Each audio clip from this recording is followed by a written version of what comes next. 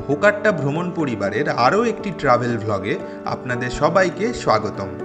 আমরা রয়েছি রাজস্থানের ভরতপুরে।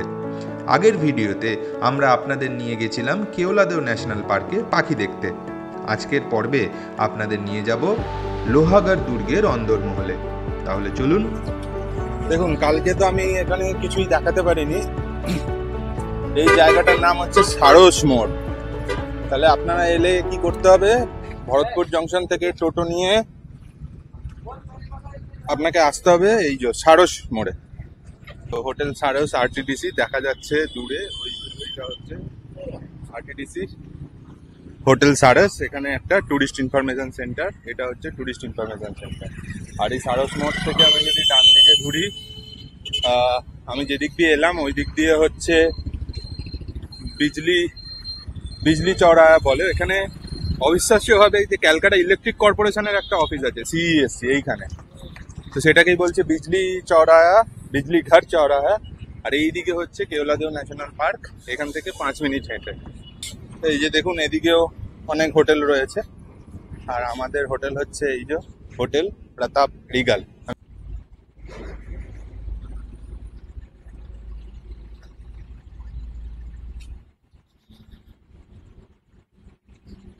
চলুন ঘরে যাই। এই হচ্ছে হোটেলের রিসেপশন। Good morning.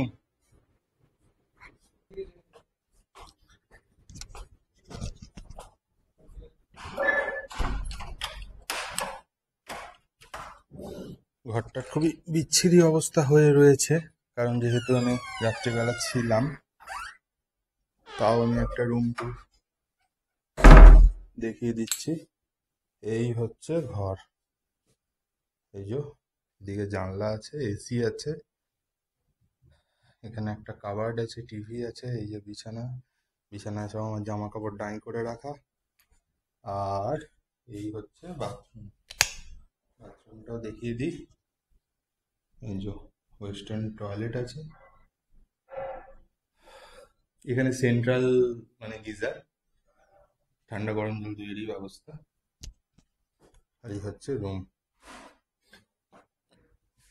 রুমগুলো। এখানে আমি যেহেতু একা আছি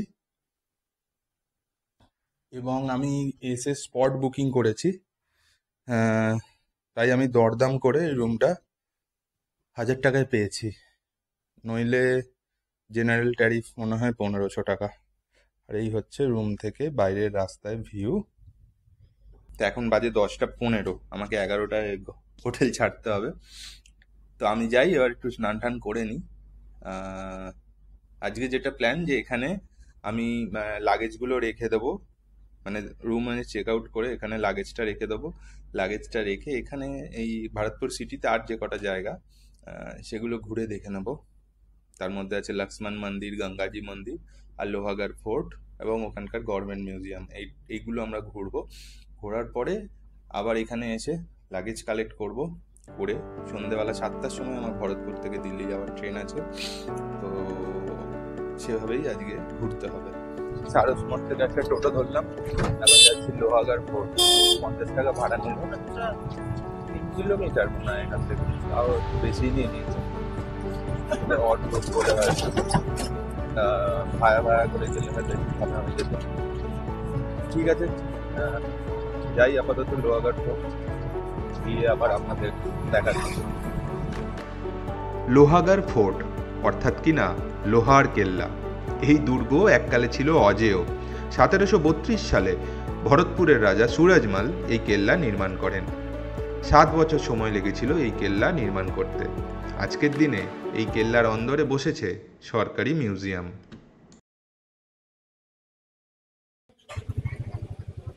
আপনারা দেখতে পাচ্ছেন, এটা বিশাল বড় মিউজিয়াম।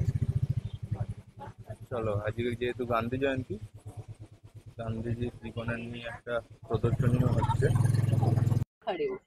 अच्छा, ये जो है ना, ये किशोरी मतलब म्यूजियम है।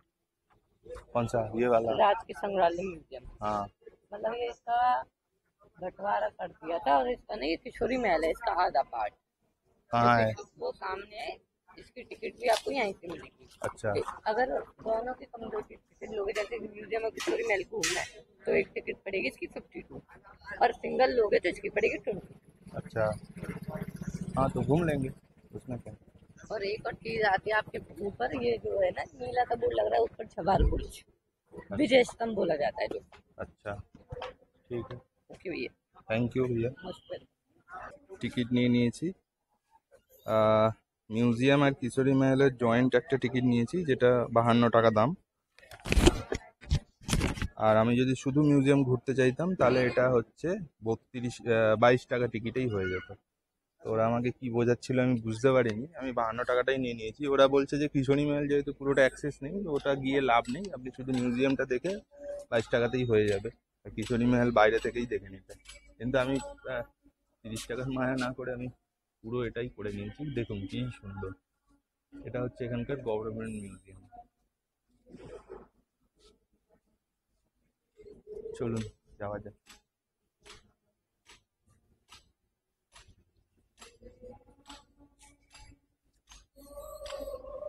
এবার বোঝা যাচ্ছে যে আমরা রাজস্থানে আছি, কারণ রাজস্থানে এইসব ফোর্ট এটা অবশ্য নতুন বানানো মনে হচ্ছে। भैया टिकट कहाँ चेक होगी? ये भैया बंद कर लो, ये नहीं खींच सकते क्या वीडियो? मोबाइल से कर सकते हो। मोबाइल जैसा ही तो है भैया। ये कैमरा के लिए बना है सर। আচ্ছা ঠিক আছে, মোবাইল से कर। ক্যামেরায় ভিডিও করতে দিল না, বললো মোবাইলে ভিডিও করতে। তো ঢোলা মারু, এটা কোনো ওদের ফোক, কোনো ফোক প্রেমের কাহিনী আছে একটা, ঢোলা মারু। এটা হচ্ছে আর্কিটেকচারাল গ্যালারি, তো অনেক বড় গ্যালারি। চলুন যাই দেখি।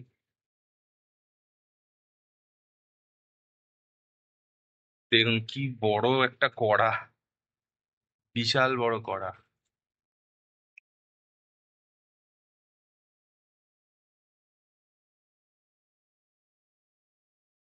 এই দেখুন পুতনা রাক্ষসী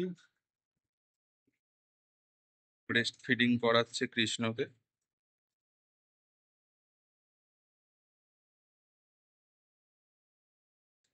দশম শতাব্দীতে পাওয়া সরস্বতীর মূর্তি। কোথায় পাওয়া গেছে না বায়ানাতে। বায়ানা এখান থেকে 30-35 কিলোমিটার দূরে। আহ খুব সুন্দর জায়গা, ওখানেও একটা ফোর্ট আছে বায়ানা ফোর্ট, কিন্তু আহ এবার আমি যেতে পারছি না। তো শিবের মূর্তি এই যে নৃত্যরত অবস্থায়।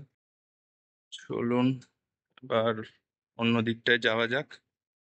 এখানে এটা কি আছে, এখানে আরো কিছু স্কাল্পচার আছে। তরোয়াল শহীদ একটা যোদ্ধা।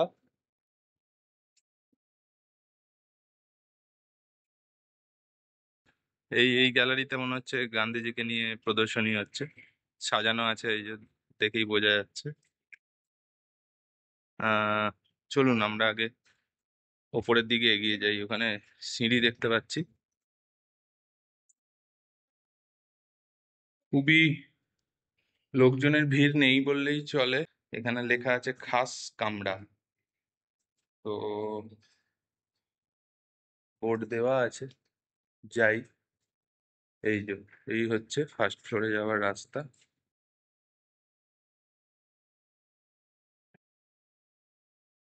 এই জায়গাটা পেছন দিকে, আমি জানি না এদিক ওই দিকটা আমরা যেতে পারবো কিনা, তো যাওয়ার চেষ্টা করব।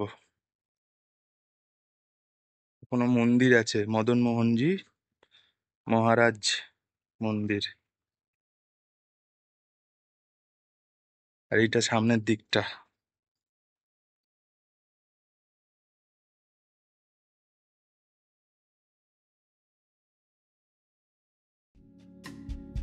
এই যে এখানে গ্যালারি।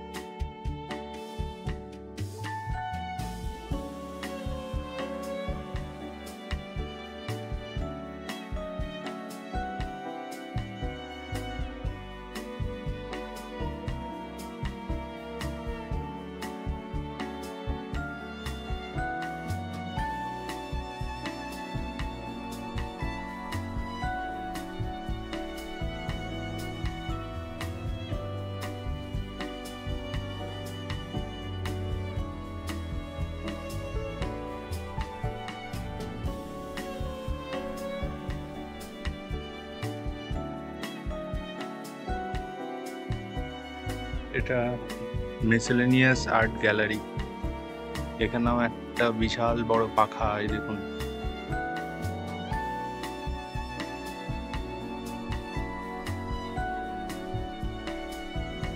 এই যে পেন্টিং গুলো, এগুলোকে মিনিয়েচার পেন্টিং বলছে।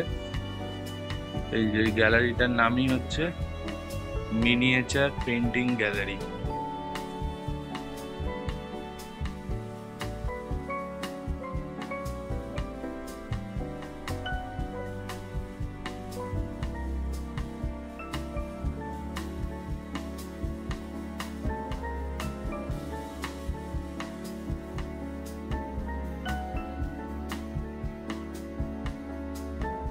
সংগ্রহালয়ের অংশ নয়, কিন্তু এটা ফোর্টেরই কোনো পুরনো ঘরবাড়ির অংশ। এই যে দেখা যাচ্ছে এখান থেকে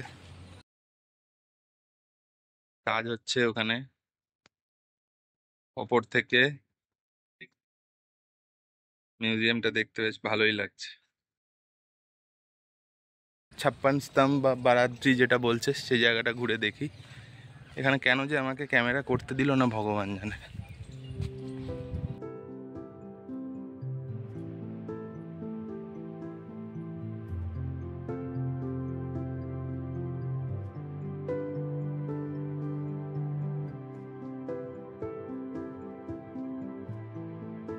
ওখানে দেখুন সব পুরনো পুরনো বিল্ডিং রয়েছে অনেক। আর এদিকেও রয়েছে, এদিকেরটা তো দেখাই যাচ্ছিল, তখন দেখালাম আপনাদের। এই যে ওখানে যাওয়া যায় কিনা আমার ঠিক জানা নেই। আচ্ছা, ওই যে দূরে যেটা দেখা যাচ্ছে ওটাই বাঁকে বিহারী মন্দির ভরতপুরের, আর এইটা মনে হচ্ছে কিশোরী মহল, যেটা আমরা যাব।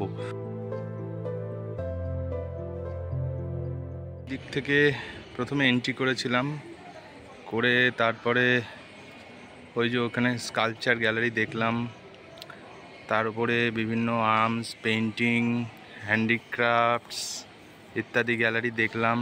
তার উপরে ছিল 56 স্তম্ভ। আর সেখান থেকে বেরিয়ে এসে এই যে বাইরে, এটা হচ্ছে দরবার হল। এর ভেতরে আজকে যেহেতু 2রা অক্টোবর, গান্ধীজির জীবন নিয়ে বেশ কিছু চিত্র প্রদর্শনী চলছে।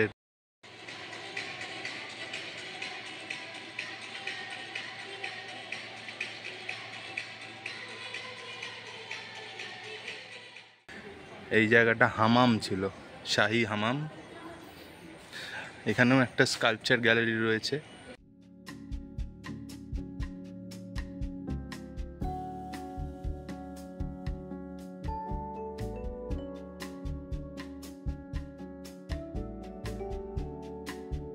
ভগবান বিষ্ণুর 10 অবতারের প্যানেল এটা। অধিকাংশই মুন্ডগুলো ভাঙা, কিছু কিছু রয়েছে।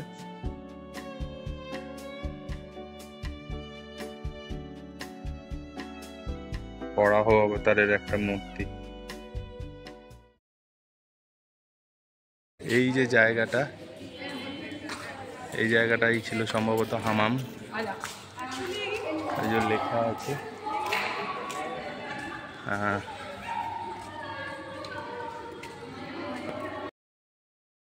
এই যে আমরা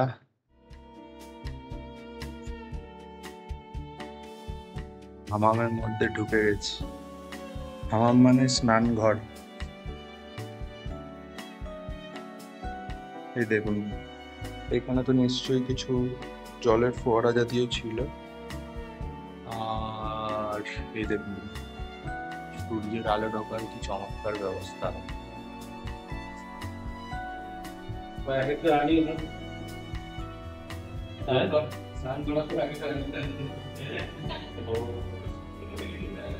এই দেখুন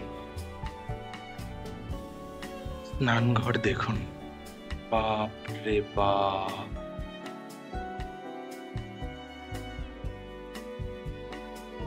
সত্যিই একটা রাজকীয় স্নানঘর।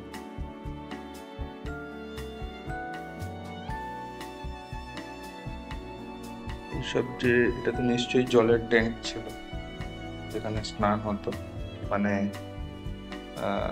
বাথটাব আর কি।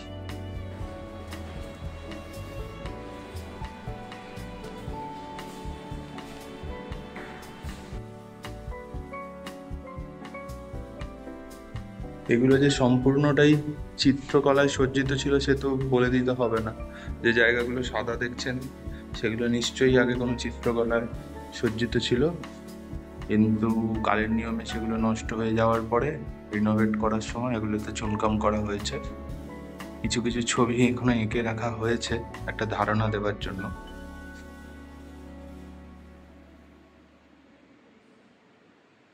দেখুন এখানে একটা কামান রয়েছে।